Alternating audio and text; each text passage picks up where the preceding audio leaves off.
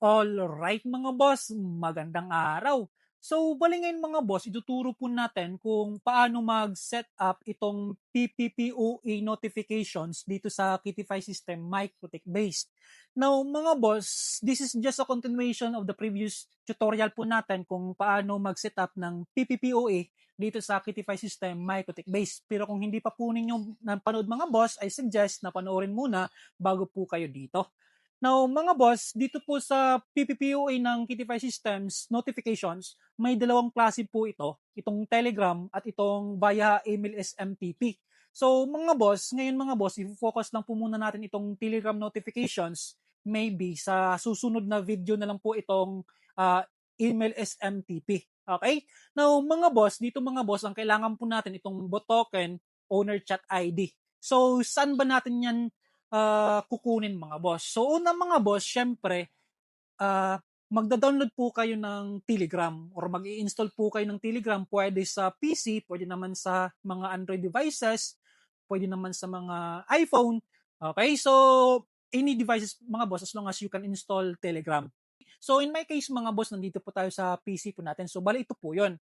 Now mga boss, after you installed or and registered po dito sa Telegram, bali si-search nyo po itong Bootfather. So sa search bar mga boss, search nyo itong Bootfather at lalabas po ito.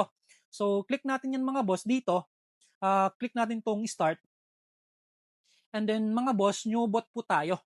Pindutin po natin yan. Then dito, kahit ano po yung ilalagay ninyo, sabi dyan, please choose a name for your bot. So in my case, lalagay natin Kitify. Then enter natin mga boss. Then sabi dito, lalagyan daw ng yung pangalan ng bot sa huli. So for example, Kitify,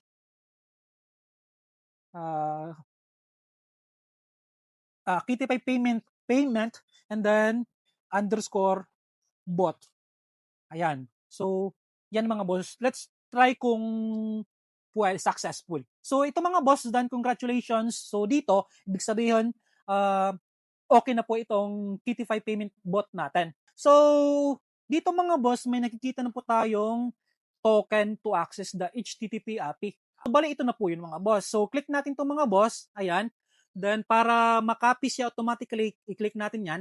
And then, dito, ilalagay natin yan. Paste natin yan. Paste natin yan mga boss. So, after that, ito na lang yung owner chat ID. Yung kailangan po natin. So, saan ba natin yan makukuha mga boss? Dito mga boss, itong get my ID. Okay, search nyo lang din po mga boss, get my ID, then hanapin nyo po ang icon na to or yung logo na to, then click na nyo po ito. So dito, pag click po natin ng start, bibigyan po tayo ng ID mga boss. So dito, current chat ID, click lang natin yan mga boss. Automatically, it will copy the ID and then paste na natin yan dito. So ayan. So dito mga boss, itong inbound webhook, enable natin to. And then, save Telegram settings natin. Ayun, nakasave na po siya. And then, test natin mga boss. Dito tayo sa test webhook kung mag-successful. So, try to look at mga boss kung successful ba. Ito, sending pa naman. Okay, so dito mga boss, nag-success po siya. Okay, so, ayan. Dito, balikan muna natin mga boss. Dito sa Bootfather. So dito sa Bootfather mga boss, meron niyang ito mga boss. So itong link na to, i-click mo ito mga boss, bali ito yung magiging boot po ninyo. So ito po 'yon. So dito mga boss, click natin tong start. So bali ito na yung Kitify payment boot po ninyo. So dito, test webhook natin mga boss, nag-successful naman po 'yan. So mag-notify po 'yan dito sa ginawa nyo pong Telegram bot. So, ibig sabihin mga boss, okay na po yan. Then, itong test expired alert, dito, magsisend po yan. So, it means okay na po mga boss. Test payment alert, okay din po mga boss. Then, test invoice, then, okay din mga boss. Okay? Ganun lang po mag-set up mga boss dito sa Telegram notifications. Now, iti-test natin mga boss doon po sa actual na PPPU account natin para makikita po natin na totally working po yung ginawang Telegram notifications po natin. Okay? So, mga boss, bali dito tayo, balikan muna natin tong users. Okay? Sa users mga boss, isi-set natin to.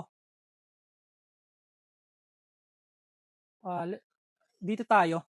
So, yung oras nitong mga boss, bali isi-set natin na mag-expired since 3:30 ngayon, 3:30, then isi-set natin ito mga 3:32.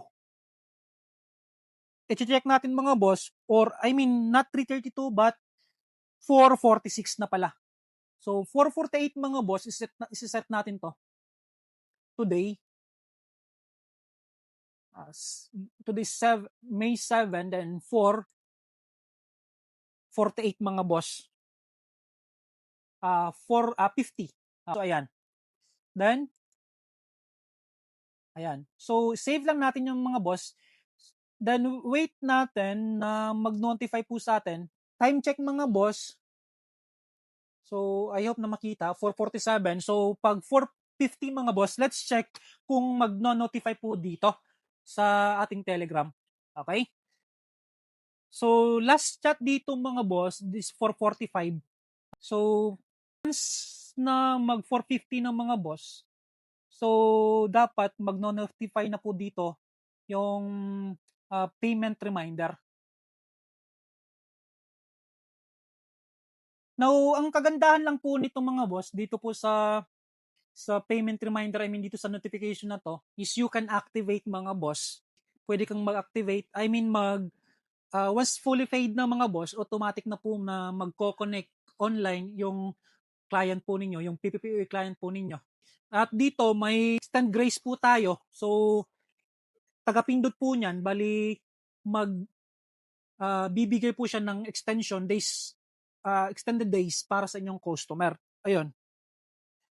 So, dito mga boss, as you can see, yung IP address po natin is 192.168.150.254. Once na nag-due na po mga boss, nag-expired na po, bali magpapalit po yan ng IP address. Then, once na nagpalit na po yan ng IP address mga boss, automatic na magkakat na po yung connection or internet connection ni customer. So, times check mga boss, it's 4:50. So, we are expecting na magno-notify na po dito sa Telegram natin itong account na to.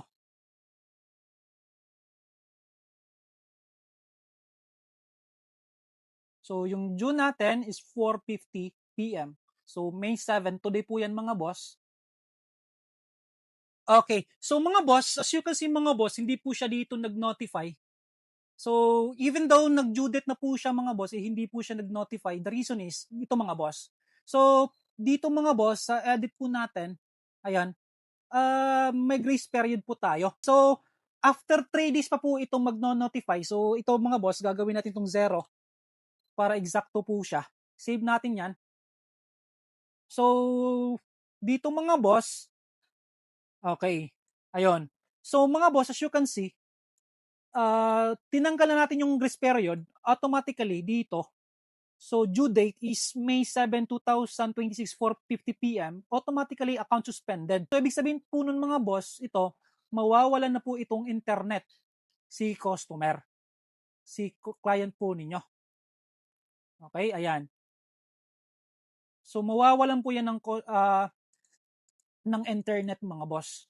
So dito, mag-e-expect tayo ng mga boss na magpapalit na to ng IP address doon po sa pool ng expired PPPoE. Okay, that's why naging 172.0.0.10.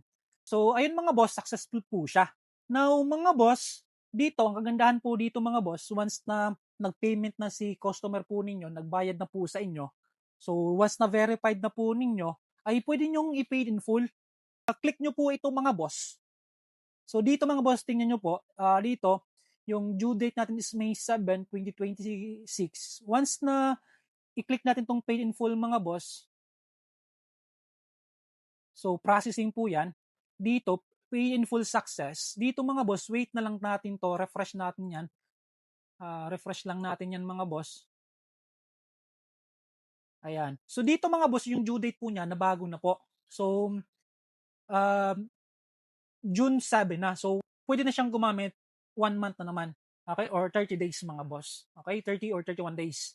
So, ayan mga boss. So, dito, ah, ayan. So, nagbago ulit yung IP address from 1700 yung address ng expired PPOE natin.